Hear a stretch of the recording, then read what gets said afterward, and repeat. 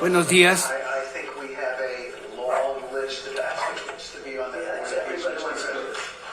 Esto es Municipio Libre, el informativo, ¿verdad? En vivo. Personas que quieren formar parte de un cuerpo de paz, que hay muchas personas en lista para poder formar parte de este cuerpo de paz.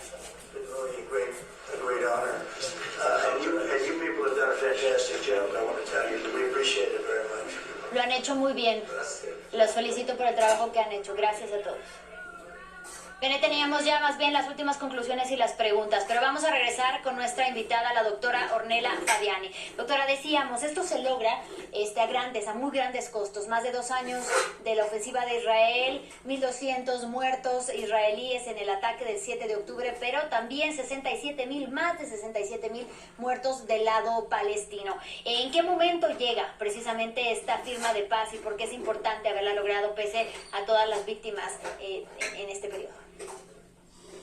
Creo que en un momento en el cual la continuidad del conflicto resultaba insostenible en términos de las pérdidas de vidas humanas, la catástrofe humanitaria que esta guerra ha supuesto, porque como vos bien mencionabas, no solamente se trata de 1,200 palestinos muertos, de la toma de 250 rehenes, que afortunadamente es un tema que de alguna forma comienza a resolverse, por supuesto, porque digo de alguna forma porque hay familias que ya no tendrán la posibilidad de estar en contacto con sus seres queridos que han muerto en el marco del ataque del 7 de octubre, pero también de 67,000 palestinos, casi 68,000 palestinos cuyas vidas se llevó específicamente esta guerra, 2 millones de desplazados, un 90% de infraestructura física de la franja de Gaza destruida.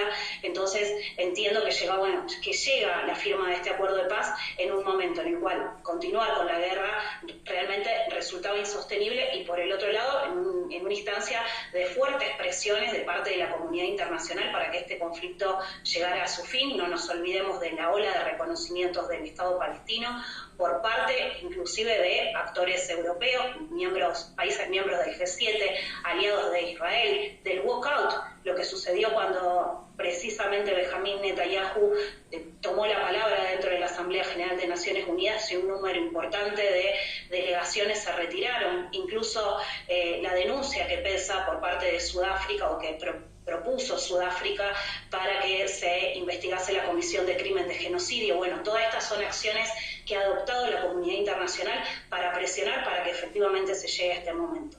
Justamente usted habla de la presión a nivel internacional. Nosotros estábamos diciendo hace un momento de que se trata de un acuerdo que se firmará tras la primera fase, la implementación de la primera fase de este acuerdo, que es con la entrega de los rehenes que todavía permanecen con vida y la posterior entrega de los rehenes, de los cuerpos de los rehenes que murieron en cautiverio, además de la liberación y entrega de prisioneros palestinos. En este sentido, Israel todavía tiene cartas sobre la mesa, sin embargo, jamás se queda la duda de si ya quizá no tiene nada más que ofrecer a Israel para que Israel cumpla y mantenga el pacto, ya que sus rehenes pues han sido entregados.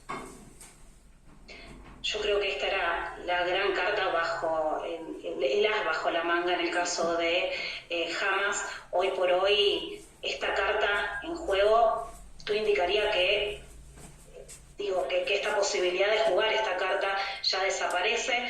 Hoy por hoy lo que está en discusión en las últimas horas es el número de cuerpos que debería entregar Hamas. Son 28, pero ya se han hecho algunas declaraciones mencionando que el número podría ser menor porque algunos de esos cuerpos no estarían a disposición o no se los encontraría. Bueno, hay que ver qué pasa con este tema. Not trying would hurt. Que incluso están participando hoy en esta cumbre, que disculpe usted, en cierta medida como porque estamos la paz del cumplimiento de este en televisión francesa, esta fase que en tiempo real.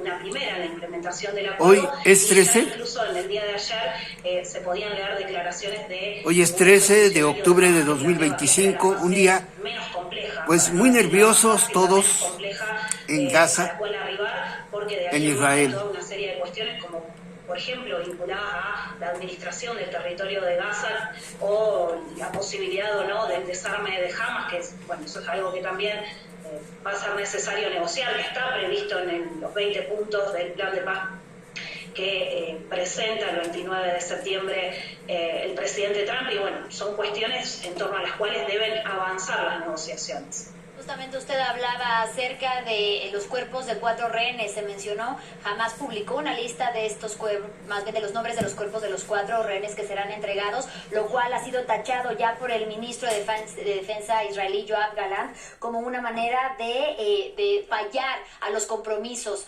pactados previamente, y ha amenazado inclusive ya a través de un tuit que cualquier falla o cualquier falta de compromiso pues generará la reacción inmediata de Israel. ¿Podríamos estar ante ya pues quizá una promesa de romper un pacto que todavía ni siquiera ha sido firmado si jamás se ve en la dificultad de entregar cuerpos?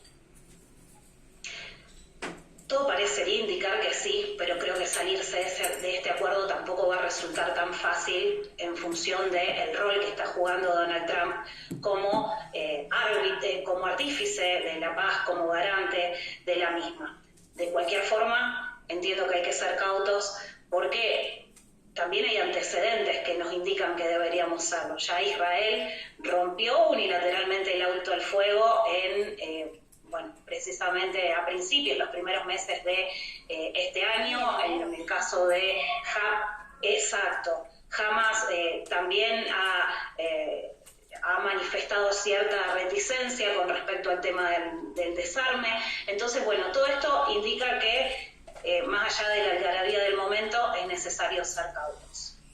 ¿Qué decir acerca de estas, pues todavía negociaciones o estos puntos todavía considerados espinosos contenidos en un acuerdo de 20 puntos en total? ¿Cuáles son los que todavía preocupan, quizá en medio de una gran lucha o esfuerzo por una paz duradera?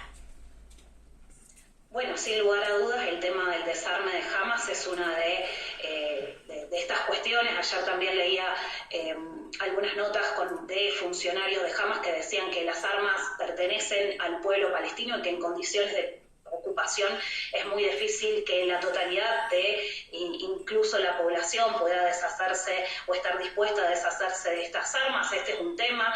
También hay quienes han mencionado que están, individuos más vinculados a las negociaciones han planteado la posibilidad de que tal vez lo que entregue Hamas sean armas ofensivas, como por ejemplo los misiles de corto o mediano alcance de los cuales podría disponer este grupo. Pero bueno, ese es uno de los temas.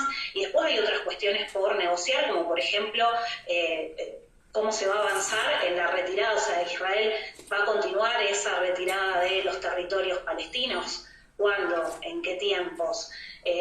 Amén de ello, ¿qué va a pasar con la administración de los territorios? Está previsto que se cree un comité palestino, tecnocrático y apolítico, pero quienes van a formar parte de este comité, cuya labor va a estar supervisada por una junta de paz, que es la que presidiría Donald Trump y que también tendría participación del ex primer ministro británico Tony Blair. Bueno, todas esas cuestiones no están aún resueltas y son las que están por trabajarse o que deberían trabajarse, en torno a las cuales deberían girar las negociaciones de las próximas etapas de implementación de este acuerdo.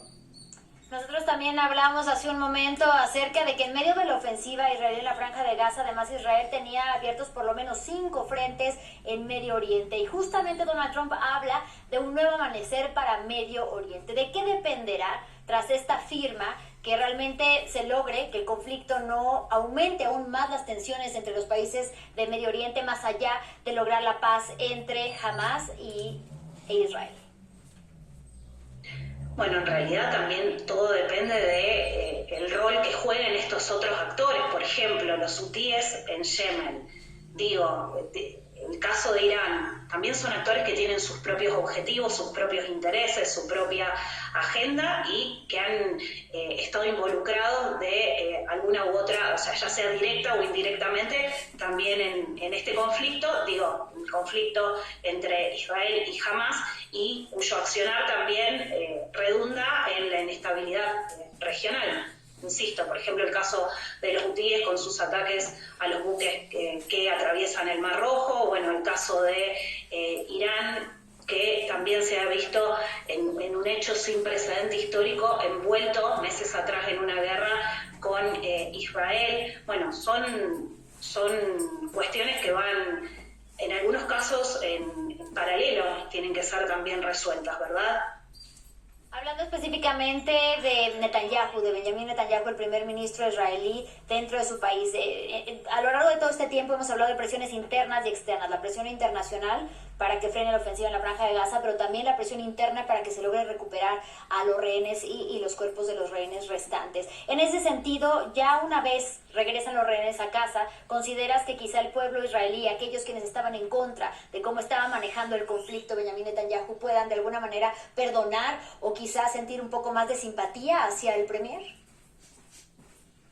Yo lo veo muy difícil, sobre todo porque hoy por hoy quien es visto como artífice de esta paz, como la figura que ha tenido el rol protagónico es la de Donald Trump, y eso ha quedado claro en la plaza de los rehenes con los vítores hacia la figura del presidente norteamericano. Pero no podemos dejar de lado o perder de vista que este grupo también ha rechazado fuertemente la política del primer ministro israelí, que entienden que antepuso los objetivos de guerra a las vidas de sus familiares y seres queridos. Además, bueno, la figura de Netanyahu es una figura que ya hace tiempo viene siendo objeto de debate por las causas de corrupción, por distintas políticas que ha llevado adelante, y bueno, entiendo que esto quede atrás resulta difícil. Y del lado palestino veíamos una primera entrega de prisioneros en estos autobuses que salían de prisiones de máxima seguridad en Israel. Ha habido polémica inclusive en cómo llamarlos, si prisioneros palestinos o inclusive rehenes palestinos, porque muchos de ellos no habían sido sometidos a procesos judiciales antes de ser encarcelados, muchos de ellos también más de 20 años, inclusive 30 años de cárcel. ¿Cómo tomar su regreso a una Gaza además prácticamente destruida y a un lugar donde la atención médica, la salud, pero también la alimentación, pues probablemente no sea la más óptima para quienes han pasado tanto tiempo en cautiverio? No, por supuesto que la situación es complicada, pero no deja de ser motivo de celebración también en las familias. Yo hoy tenía la posibilidad más temprano de ver fotos de familias palestinas esperando a sus seres queridos, algunos, como vos bien decías, que no han tenido una instancia legal previa a su encarcelamiento y que bueno, los están esperando, tal como del lado palestino se espera también el retorno de los rehenes. Igual tampoco es que quiero, porque todo tipo de comparativa tal vez no resulta la mejor opción, pero sí decir que ambos pueblos están felices, al menos por esta situación, ¿no? El retorno de los rehenes y de los prisioneros palestinos. Doctora, platiquemos acerca de los mediadores. Esta firma de paz tendrá lugar en Egipto, que junto a Qatar han sido los países mediadores de este conflicto. ¿Cómo ha sido su papel? ¿De qué manera han contribuido a la llegada de la paz? Ya decíamos, presidida por Donald Trump el día de hoy, pero también como anfitrión al Sisi. Bueno, realmente el rol de los mismos ha resultado muy importante. En el caso de Egipto, no nos olvidemos que se transforma en mediador luego de haber sido el primer país árabe en firmar la paz con el Estado de Israel allá por la década del 70. Es un país también que tiene una frontera compartida y por ende también una preocupación en materia de seguridad latente en función del deterioro de la situación en Gaza y cuáles serían, o sea, la preocupación de Egipto redunda en, sobre todo, qué ocurriría a partir o cuáles podrían ser las implicancias que podría sufrir a partir del deterioro de la situación en esos territorios. Y de allí el interés en encontrar una solución a este tema. Y en el caso de Qatar, bueno, también decir que Qatar es un actor que, por un lado, uno de los grandes lineamientos de su política exterior ha sido una de las herramientas, más que lineamientos, una de las herramientas de su política exterior ha sido el recurso a la mediación, en torno a lo cual tiene una enorme trayectoria y en este caso es un actor que estuvo en condiciones de mediar en este conflicto, porque no nos olvidemos que tiene un vínculo muy cercano a Hamas. Hay una oficina de Hamas dentro de su territorio, el emir de Qatar